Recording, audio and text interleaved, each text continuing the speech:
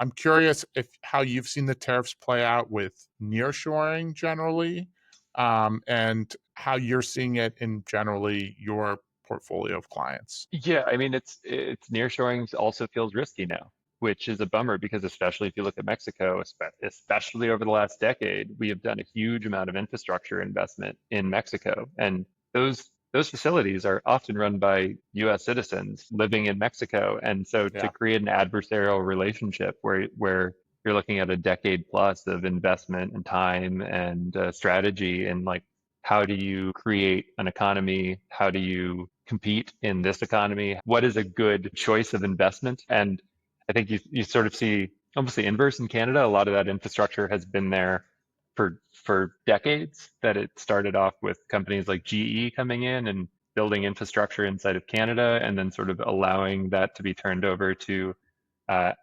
Canadian run that process.